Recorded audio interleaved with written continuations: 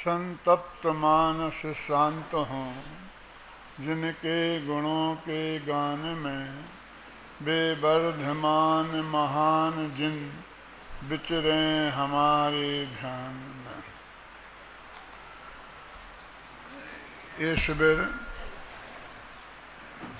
हमारी समाज को जागृत रखने के बहुत बड़े साधन हैं। गुरुदेव श्री से आरंभ हुए ये शिविर आज देश के कोने कोने में फैल गए हैं। टोडरमल स्मारक भवन और उनकी सहयोगी संस्थाओं के माध्यम से कम 1000 शिविर साल भर में सारे देश में लगते हैं। आप कहते होंगे कि 1000 का मतलब आप समझते हैं, लेकिन मैं आपको बताऊं कि हमारे यहाँ ग्रुप शिविर लगते हैं जो 100-150 शिविर एक साथ पूरे एरिए में लगते हैं। एक एक गांव में जा करके वहाँ एक हमारा विद्वान प्रवचनकार जाता है, एक पूजन पाठ कराने वाला जाता है और विद्वान जाते हैं वहाँ पूजन पाठ कराते हैं, शिविर लगाते हैं 7-7 दिन के। ऐसे कई शिविर सारे देश के कोने कोने में लगते हैं और उनसे जो देश में एक शुद्ध सात्विक वातावरण बना है वो अपने आप में एक बहुत बड़ी उपलब्धि है। हमारे जयपुर स्मारक में भी बहुत शिविर लगते हैं। देखो अभी अगस्त में एक ख़त्म हुआ, फिर पर्यूषण आ गया, अभी दूसरा शुरू हो गया अक्टूबर में, अभी तीसरा विदेशियों के लिए दिसंबर में लगने वाला है और विदेश से 100-150 आदमी यहाँ आने वाले हैं। और उस पद्धति से फिर चौथा अपना वार्षिकोत्सव आएगा, फिर 5 माह यहाँ प्रशिक्षण शिविर लगेगा, तो देश से कम 1000 आदमी यहाँ आएंगे और प्रशिक्षण लेंगे। तो ये निरंतर की ये धारा हमारे देश में चल रही है। तो आप कहेंगे कि बार बार इनके लगाने से क्या फ़ायदा। सब अलग अलग टाइप के हैं। प्रशिक्षण में अध्यापकों को प्रशिक्षित किया जाता है कि how to teach Jainism, how to preach Jainism, Jain धर्म को कैसे पढ़ाना और कैसे जनता को कैसे पढ़ाना। प्रीचिंग माने जनता को पढ़ाना और टीचिंग माने विद्यार्थियों को पढ़ाना, कक्षाओं में पढ़ाना। उसका शिविर है। अब ये एक क्षेत्र खाली था जो अक्टूबर के शिविर को आगे पीछे के शिविर और फिर लोग संवेद शिखर में की यात्राएं इस वक्त निकाल देते हैं और संवेद शिखर में समय शिविर लगा देते हैं, इसलिए इस शिविर की संख्या लगभग कम हो जाती थी। तो हमने बहुत बैठकर गंभीरता से विचार किया, तो बहुत लोगों की राय तो ऐसी ही आती है कि एक आध कम कर दो, ख़त्म कर दो, लेकिन हमारे खून में ये नहीं है। आज तक टोडरमल स्मारक भवन में ने जो काम शुरू किया उसे आज तक बंद नहीं किया, सब चालू है। चाहे वो विद्यालय हो, चाहे पाठशालाएँ हों, चाहे जैसे मान लीजिए हम विदेश में जाने का हो, विदेशों में कार्यक्रम करने का हो, श्वेतांबर पर्यूषण में जाने का हो, पर्यूषण में, तो 35 साल से लगातार एक दिन की अनुपस्थिति उसमें हमने नहीं की। तो हमने कहा इसको कैसे अधिक सफल बनाया जा सकता है और हमने सारे विद्यालयों से विचार विमर्श किया। सबका हमें बहुत बहुत समर्थन और सहयोग मिला। प्रेमचंद जी साहब हैं और बांसवाड़ा वाले महीपाल जी हैं, उन सब से, भोपाल वाले हैं, उन सब से कि नहीं आप ये सोच रहे हैं बहुत अच्छा है कि जो हमारे विद्यार्थी विद्वान हैं, हमारे तो विद्यार्थी हैं और सारी समाज के लिए विद्वान हैं, तो इनको उनके विषयों की और फिर एक तकलीफ आने लग गई कि हमारे यहाँ जो शिविर लगते हैं उसमें बेचारे विद्यार्थी पढ़ने वाले श्रोता भी होते हैं, पाठक भी होते हैं और यही सारे मैनेजमेंट में भी होते हैं। परोसने का काम भी यही करें बेचारे, और रसोई मसोई की सारी व्यवस्थाएं, मेहमानों को ठहराने का सारा काम ये भी यही करते हैं। एक तरह से मैनेजमेंट की क्लास भी हमारे यहाँ लगती है। ये मैनेजमेंट में भी बहुत होशियार हो जाते हैं। आप कहीं का भी पंच कल्याण का काम इन्हें सौंप दो और हम अपने 8-10 विद्यार्थियों को भेज देंगे, आद्योपांत पूरा संभाल लेंगे और एवन पंच कल्याणक होगा। ऐसी योग्यता वाले हैं, तो इनको की पढ़ाई में बाधा होती है। अब हमें ऐसा शिविर लगाएं कि जिससे इनकी पढ़ाई में और सहयोग मिले।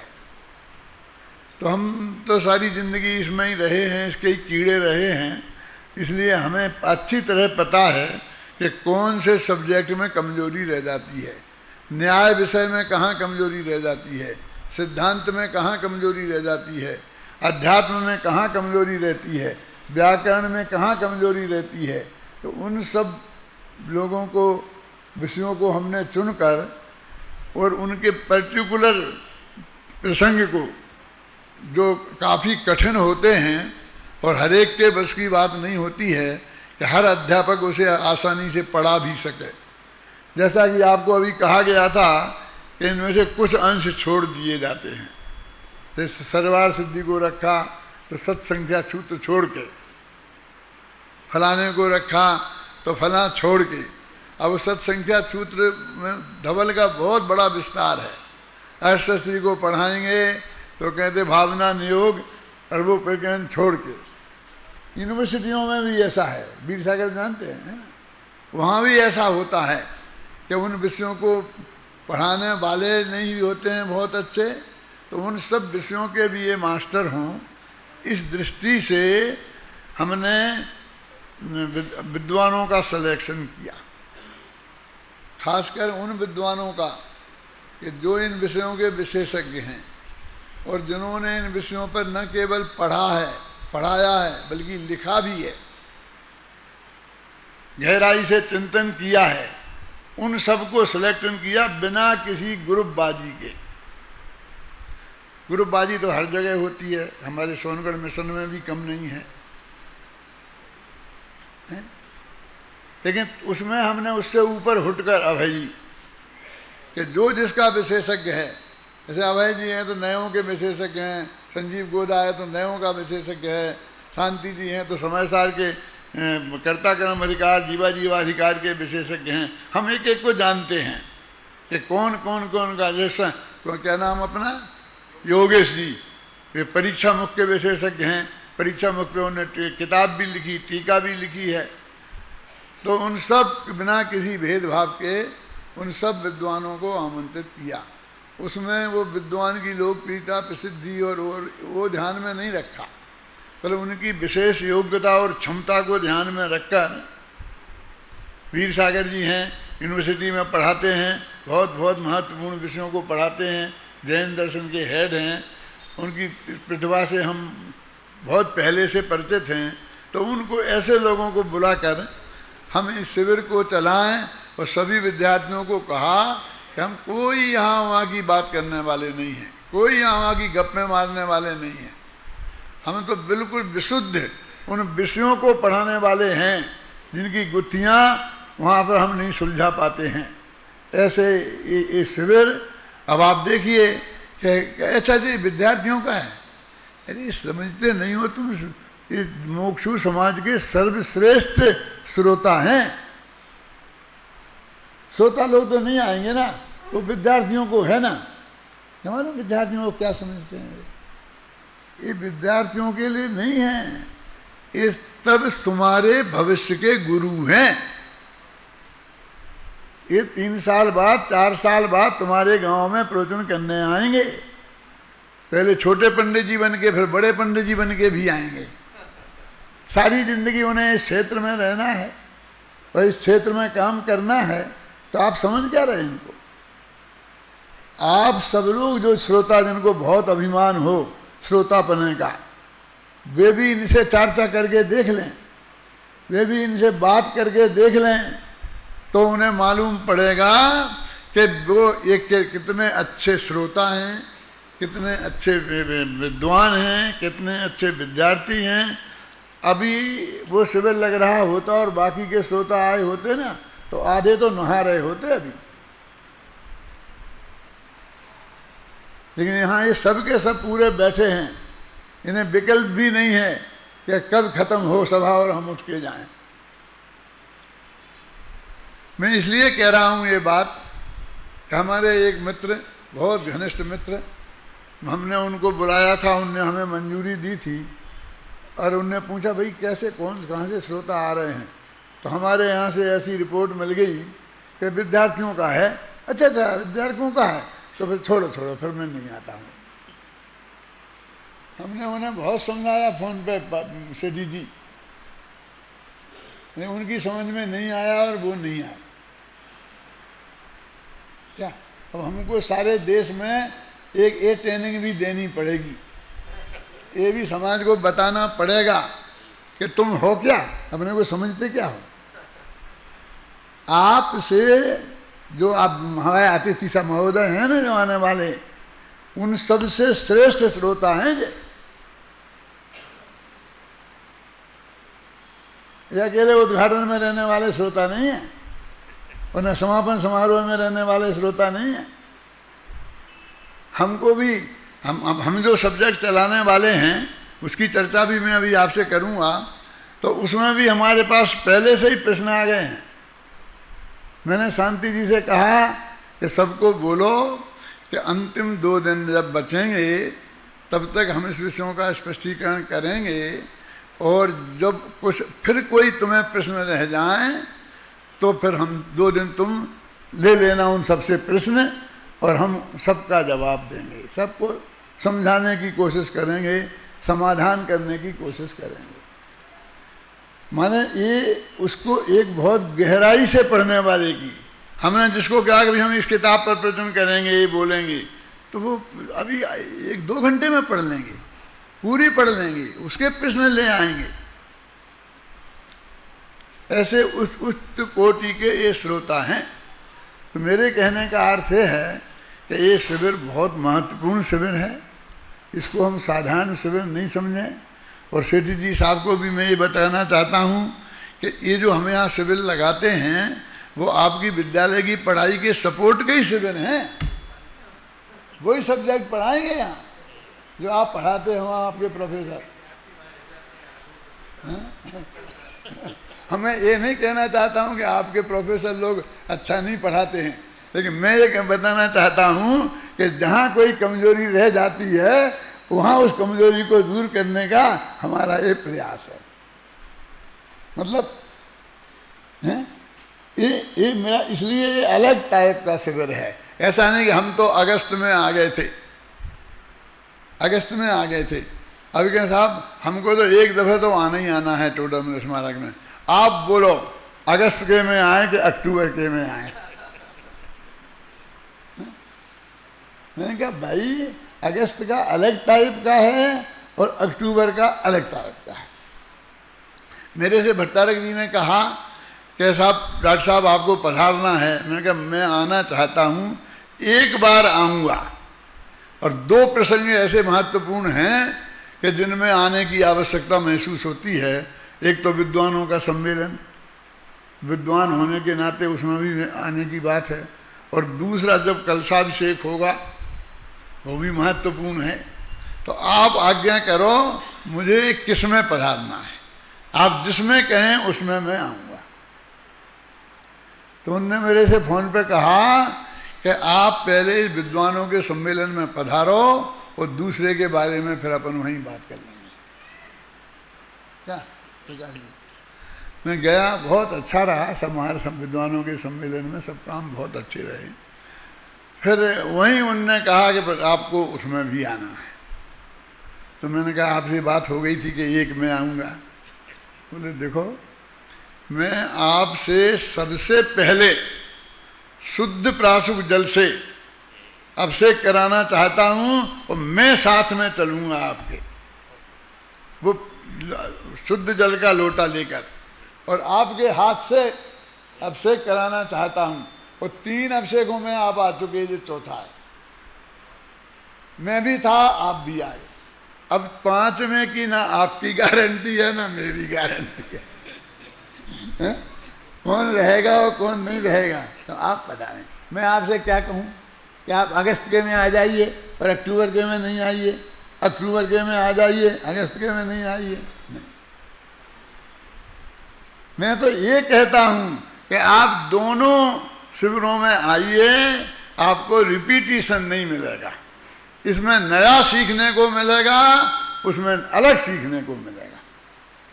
तो ये जो यज्ञ है, ज्ञान का यज्ञ जो हमने आरंभ किया है, ये इसके लिए जयपुर की भूमि सर्वोत्कृष्ट भूमि है। मैं तो जैन समाज की अकेली की बात नहीं करता हूँ, जैनेतर समाज में भी इंदिरा गांधी का स्वर्गवास हुआ, सारे देश में क्या क्या दुर्दशा हुई, लेकिन यहाँ पर शांति, यहाँ कुछ नहीं हुआ। यहाँ किसी को ट्रक जलाए गए हों, किसी को मारा गया हो, कोई हिंदू मुस्लिम दंगे यहाँ हुए हों, ऐसा नहीं हुआ।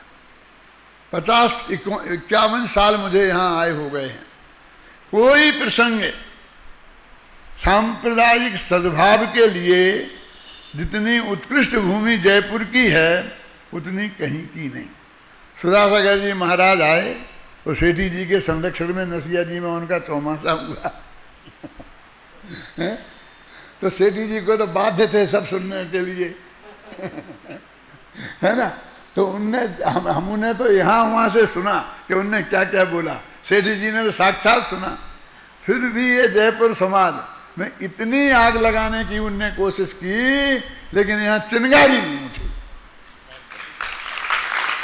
इससे बढ़िया जमीन कहाँ मिलेगी बोलिए। सारे देश की आग बुझाते हुए हम दौड़ते रहे, लेकिन यहाँ हमें कोई चिंता नहीं करनी पड़ी कि हम यहाँ के बारे में कुछ करें। जब लोगों ने कहा तो मुझे बताया गया बाद में कि हमारे समाज का नेतृत्व ने उनसे कहा, महाराज यहाँ कोई फायदा नहीं है, आप कुछ भी कहो, कुछ नहीं होने वाला है। हम 40 साल से उन्हें जानते हैं, वे यहाँ रहते हैं, उनने कोई समाज के काम में हस्तक्षेप नहीं किया, कहीं कोई राजनीति नहीं की, कहीं कोई वो पक्षपात नहीं किया। दिगंबर बुलाए तो दिगंबर में, श्वेतंबर बुलाए तो श्वेतंबर में, थानकवासी बुलाए तो थानकवासियों में, 20 पंथी बुलाए तो 20 पंथियों में, 13 पंथी बुलाए तो 13 पंथी में। कोई पंथ की गंध है हमने कहीं कोई नहीं फैलाई, कुछ नहीं किया है। और हम 13 पंथी हैं तो हैं ही, हम टोडरमल जी के पंथी हैं तो हैं ही, इसमें तो कोई शक है ही नहीं है। हम तो अपने गांव, हमारा गांव भी आजकल टोडल पंथ का पंथी नहीं, गुमान पंथ का पंथी था। सेठी जी, हमारे गांव के मंदिर में आज भी मंदिर के बर्तन महिलाएं जैनियों की मांजती हैं, माली से नहीं मंजवाते। मंदिर की सफाई अंदर से वेदी से जैनी लोग अपने हाथ से करते हैं, माली को नहीं करने देते हैं, क्योंकि वो एरिया समिति पूर्वक नहीं करेगा। ख्याल में है ना। तो उस गांव में हमारे संस्कार पैदा हुए, हम तो मूल इस धारा के हैं। तो टोडरमल की जो परंपरा है उसको तो हम मानेंगे, किसी को ऐतराज कहाँ है। भट्टारक जी से हमने तो नहीं कहा था कि हम दूध दही का अभिषेक नहीं करेंगे, उनने ही हमसे कहा ना कि शुद्ध प्राशुक जल से हम आपसे अभिषेक कराना चाहता हूँ। मेरे कहने का मतलब हमारी दृढ़ता की, हमारी भावना की इज्जत समाज करती है ना। मैं जाता हूँ विदेश में, वहाँ श्वेतांबर की मुख्यता है तो आरती की बहुत बोलियाँ होती हैं, और बोलियाँ होती हैं। एक भाई ने तो बोली ले ली और मेरे से कहा मैंने तो आपके लिए बोली ली है, उनका नाम भी बता सकता हूँ। मैं तो आरती करता नहीं, मैं तो आपके लिए बोली ली। मैं कहा आप करता है, आपने ली तो आप करो। हमारे टोडरमल जी की परंपरा में नहीं है वो बात, बस खत्म। तो लोग उसकी इज्जत करते हैं। किसी ने मेरे से ये नहीं कहा कि आपने हमारी आरती में शामिल नहीं होंगे तो हम आपके प्रवचन नहीं सुनेंगे, ये नहीं कहा किसी ने। देखा मत बिल्कुल, आज 35 साल हो गए मुझे वहाँ जाते, लेकिन किसी ने कोई ऑब्जेक्शन नहीं किया। हमने अपने धर्म की पूरी तरह से पालना की और हम किसी से रंच मात्र भी हमने आलोचना नहीं की। एक शब्द हमने किसी सभा में, किसी लेख में, किसी व्यक्ति की, किसी संत की, किसी की आलोचना की हो, सहमत होना और असहमत होना अलग बात है। हम सबसे सहमत तो नहीं हो सकते हैं, लेकिन हम झगड़ालू लोग नहीं हैं। हमारी एक इमेज है सारे देश में और हम उसे कायम रखना चाहते हैं कि हम झगड़ालू लोग नहीं हैं। हम झगड़ा करके कोई काम इस जगत में नहीं करेंगे, शांति से और प्रेम से ही ये काम करेंगे। ये जो अपना अभी चलना है मेरा विषय इस शिविर में, तो अभी बहुत दिन से जो अपन पूजन करते थे ना, तो शुरू शुरू में सब संस्कृत का था, अपवित्र अपवित्र हुआ, फिर और भी था श्रीमद जनेन्द्र अभिबंध जगत रेशम, फिर नित्या प्रकम्पाद्भुत हुआ। तो ये सब का अर्थ किसी की समझ में नहीं आता था। वैसे ही हिंदी समझ में नहीं आती है। अब आजकल एक कॉन्वेंट की संतान पैदा हो गए हैं तो उन्हें अपनी मातृभाषा हिंदी भी नहीं आती है, तो उनको संस्कृत तो बेचारों को कैसे आएगी। तो उस परंपरा को उनको सबको हिंदी में करने की मांग चलती थी, और मेरा मन पूरी तरह इसलिए तैयार नहीं था क्योंकि उनमें जो सब बातें हैं मैं सब उनसे सहमत नहीं हूँ। अब आपको बहुत अटपटा लग रहा होगा, उसमें बहुत ही कर्तृत्व की बातें हैं, बहुत ऐसी बातें हैं जो जैन दर्शन के मेल नहीं खाती हैं। और मैंने कहा अनुवाद यदि मैं करूँगा परमात्म तो फिर वो चीज़ें मुझे डालनी पड़ेंगी और मेरे नाम के साथ भी वो चीज़ें जुड़ेंगी क्या, इसलिए इसमें मैंने 50 साल निकाल दिए क्या है? फिर लोगों ने कहा कि नहीं, आप तो अपने मन का तो करो ही, जिसको समझना होगा समझेगा, मानना होगा मानेगा, करना होगा करेगा। आप किसी की आलोचना तो नहीं कर रहे, भलाई बुराई तो नहीं कर रहे। तो मैंने एक किताब लिखी जिसमें उन सब का विशुद्ध हिंदीकरण कर दिया, जैसे प्रक्षाल पाठ, विनय पाठ, ये सब नए लिखे, नवोकार मंत्र, उसके बाद में श्रीमद जनेन्द्रम, अपवित्र अपवित्रो वा, नित्या प्रकम्पोद्भादुआ, शांति पाठ, महार्घ्य, ये सब चीज़ें जो आदि में और अंत में रोजाना अनिवार्य होती हैं पूजन में, वो सब मैंने अपनी शुद्ध सरल हिंदी में लिखी और उसमें अध्यात्म का पुट डाला किया, उसमें से कुछ कम नहीं किया है। जैसे उसमें कोई ये मिल जाएगा, ये मिल जाएगा, ये मिल जाएगा, तो उसमें कहता नहीं, उसमें यहाँ कोई मिलने जुलने की बात ही नहीं है और न मांगने की कोई बात है। एक तो भव के अंत की मांग की है? तुम हो भव भव नाथ मेरे और मैं सदा सेवक रहूं, ये मुझे स्वीकार नहीं है। लिखा होगा किसी कवि ने, मैं नहीं हूं उससे सहमत कि तुम मेरे भव भव में नाथ हो और मैं सदा सेवक रहूं। मैं सदा सेवक रहने वाला नहीं हूं, मैं स्वयं भगवान हूं वाला आदमी हूं, भगत नहीं भगवान बनेंगे वाला आदमी हूं। क्या? तो मैंने तो वो बस ये बातें आपको जरूर उसमें मिलेंगी और आपको यदि बहुत अच्छी लगे तो आप इसे अपनाना, नहीं तो पुराना तो कहीं गया ही नहीं है, पुराना तो कहीं गया ही नहीं है। हमारे लोगों ने कहा कि अपनी जो जनेन्द्र अंचना और जनवाणी है उसमें भी आप इनको डाल दो, लेकिन इनको तो डालेंगे ही, लेकिन हम कोई हटाएंगे नहीं, पुराने भी रहेंगे, जिसको जो करना है करे क्या, और दोनों का मिलान करे। और आप तो विद्वान लोग हो गए हो, तो आप संस्कृत भी जानते हो, हिंदी भी जानते हो अच्छी तरीके से, तो उसमें भी ये देखूं, जैसे मैं एक नमूने के तौर पर बताता हूँ कि उसमें आता केवल ज्ञान बन्नऊ पुण्यम समग्र मोह एक मना जो होमी, ये पंक्ति आती है, आपने भी सुनी होगी। उसका हिंदी अनुवाद था जो हमारी किताब में छपा है कि मैं करूं पुण्य आह्वान। मैं ये समझता था बहुत दिनों तक कि ये पद्यानुवाद अभय जी ने किया है, उनने मेरे से कहा था, ऐसा मैं नहीं कह रहा हूँ, लेकिन मेरे न मालूम कैसे मेरे दिमाग में ये बात आ गई, तो मैं अंदर से बहुत नाराज था और मैं उनको अकेले में उनसे बात करने के लिए कई दफ़े सोची, लेकिन भूल जाता था। एक दिन मैंने सभा में ही कह दिया यहीं, क्योंकि अब अकेले का कब तक इंतजार करेंगे, अब अपने विद्यार्थी तो हैं क्या है, तो मैंने कह दिया, ये अर्थ होता है, आपने ऐसा अर्थ लिखा? मैंने कहा दादा मैंने लिखा। तो वो किसका अनुवाद है, किसने उसमें छाप दिया, किसकी परमिशन से छापा? अब मैं हर एक चीज़ तो देख नहीं सकता ना इतनी गहराई से, तो वो मेरे को बहुत अटका।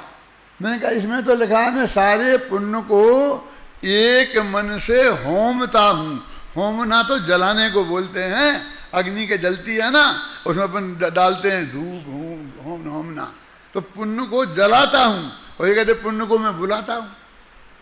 ये हमारी अर्थ कैसे है? तो ऐसे जो कुछ बातें थी जो शुद्ध या तो उसमें है, यदि उसमें कोई बात है और मैं उससे सहमत नहीं हूं मान लो, तो मैं भले ही उसकी उपेक्षा की होगी लेकिन उसके विरोध में नहीं किया। जैसे मैं आपको उदाहरण के तौर पर बताता हूं, ये सब बताऊंगा, मैं सब विद्यालयों के सब विद्यार्थियों को सब बता देना चाहता हूं कि तुम भविष्य के वक्ता हो, विद्वान हो, और मेरे नाम पर जो कुछ भी बोलोगे वो तुम बोलोगे, और तुम जो कुछ भी बोलोगे वो मेरे नाम का कहलाएगा, हैं? मेरे ही नाम पे मरेगा। तो मैं चाहता हूं कि मैं जो मानता हूं वही बात तो जाए। मैंने कल शांति जी को बुला के कहा कि मैं कोई रेखा स्पष्ट नहीं रखना चाहता हूं, वो उसके दो अर्थ निकले परमात्म, ऐसा शब्द में प्रयोग नहीं करना चाहता हूं। जो भी कहना चाहता हूं अत्यंत स्पष्ट शब्दों में कहना चाहता हूं। तो मैंने 64 रिद्धियां, अब 64 रिद्धियों के नाम याद है सबको? किस श्रोता को याद है? क्यों? और फिर हाथ में दूध डालो, पानी डालो तो घी हो जाता है, हाथ में पानी डालो तो दूध हो जाता है, मधु स्रवंतो मधु हो जाता है, अरे घृतम स्रवंतो अमृतम स्रवंतो। क्यों? इसमें क्या मजा, इसमें क्या मजा है? इन रिद्धियों में क्या मजा है, क्या लेना देना है? देखो मैं एक उदाहरण के लिए बताता हूँ। विष्णु कुमार मुनिराज को एक रिद्धि थी ना, कि भाई जो विक्रिया रिद्धि थी, हाथ फैलाए तो इतना फैल गया, चाहे इतना छोटा बड़ा रूप बना ले। क्या क्या मिला उससे? उन्हें क्या मिला मुझे बताओ उसे। यदि वो नहीं होती तो वे सच्चे मुनिराज थे और सच्चे मुनिराज बने रहते।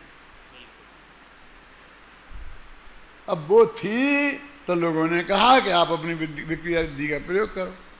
तो सबसे पहला दंड कि उन्हें मुनि पद छोड़ना पड़ा। उन्हें मुनि पद छोड़ना पड़ा, इसको पुरस्कार कहें कि दंड? फिर उनने आकर के झूठ बोल के कि मुझे 3 हाथ जमीन दे दो, बावणियां बन के मांगी, इतना बड़े बन के फिर ली। तो ये छल नहीं है? मैं आप समझता हूं ये सब काम किए, ये मुनि के योग्य, गृहस्थ के योग्य भी नहीं है। अरे तुम में शक्ति है तो सीधी बात कह दो, और शक्ति सीधी दिखा दो कि तुम करते हो अगर नहीं ठीक, नहीं तो मैं अभी हाल कर देता हूं ठीक। क्या मिला उन्हें बताओ तो? उनके दीक्षा छेद हुई, और दीक्षा छेद का मतलब समझते हैं कि जितने उनसे अभी जूनियर थे, जिन उनसे छोटे थे, उन्हें वे सब उन्हें नमस्कार करते थे। आज से उन सबको इन्हें नमस्कार करना पड़ेगा। क्या क्या मिला रिद्धियों के उपयोग से? जिस रिद्धि का हम उपयोग नहीं कर सकते उसका क्या लेना देना हमें? मैंने उसमें एक पंक्ति लिखी, इसमें अभी निकाल नहीं सकता मैं, है ना, उसमें लिखी कि उन मुनियों से हम ये क्या कहें कि तुम हमारा कल्याण कर, हमारा काम करो कुछ, जो अपने आत्मा में लीन है। निकाल, कौन सी पंक्ति है? पढ़ो, कौन है? स्पीकर लेके पढ़ो, सुनाओ, है ना। मतलब इस तरह के कुछ सुधार इसमें मिलेंगे आपको। हाँ?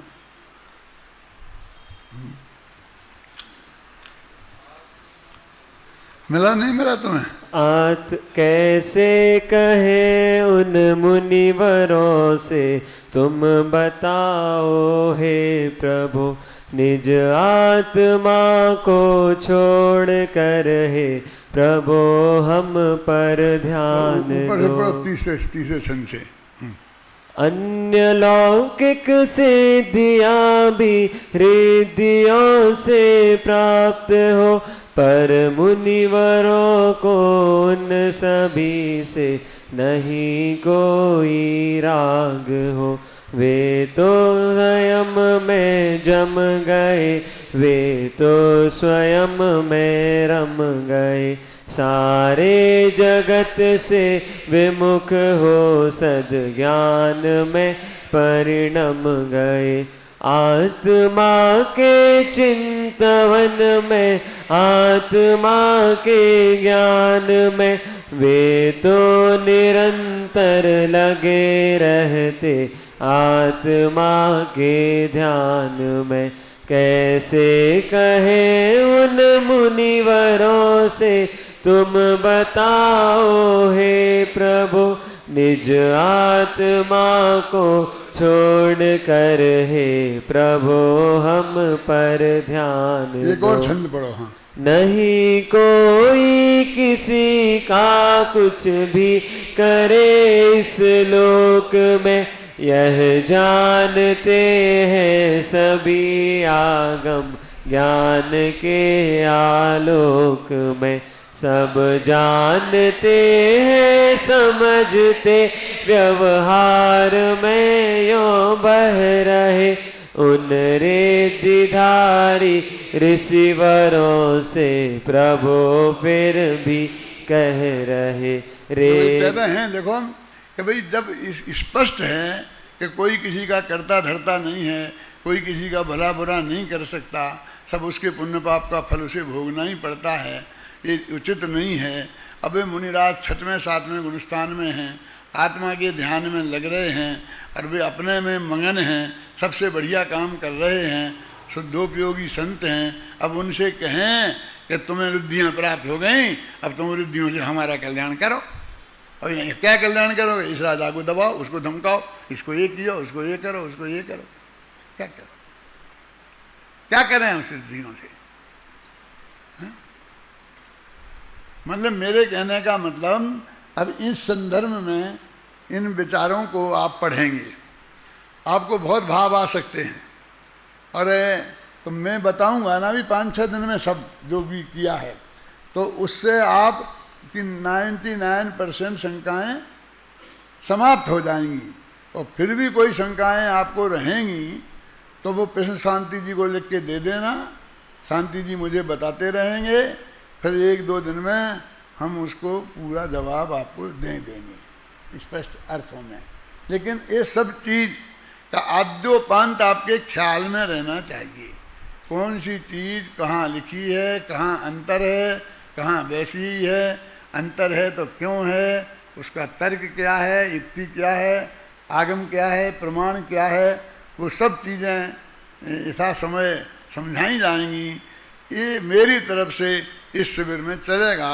और बाकी तो 22 विषय हैं जिनको शांति जी के पास कार्यक्रम है, उसमें सब लिखे हुए हैं। कौन सी क्लास को कौन सा विषय कौन पढ़ाएंगे, कौन से विद्वान पढ़ाएंगे, वो सब विस्तार से है, तो अभी आपको बताया जाएगा। अभी मैं अपनी बात यहीं समाप्त करता हूँ।